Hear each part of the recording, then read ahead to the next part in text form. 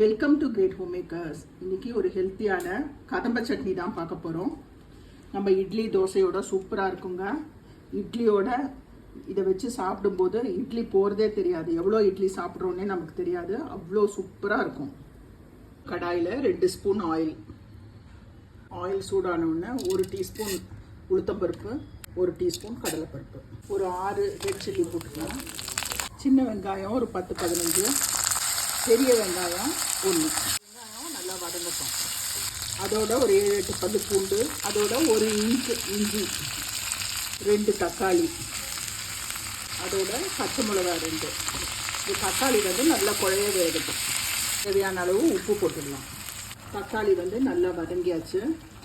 இதில் ஒரு சின்ன துண்டு புளி, ஒரு கை புதினா, கருவேப்பிலை கொஞ்சம், ஃப்ரெஷ்ஷான கொத்தமல்லி நல்லா வதக்கிக்கலாம். இதை அடுப்பை ஆஃப் பண்ணிடலாம். ஆறினோன்னு மிக்சியில் போட்டு நல்லா அரைச்சிக்கலாம்.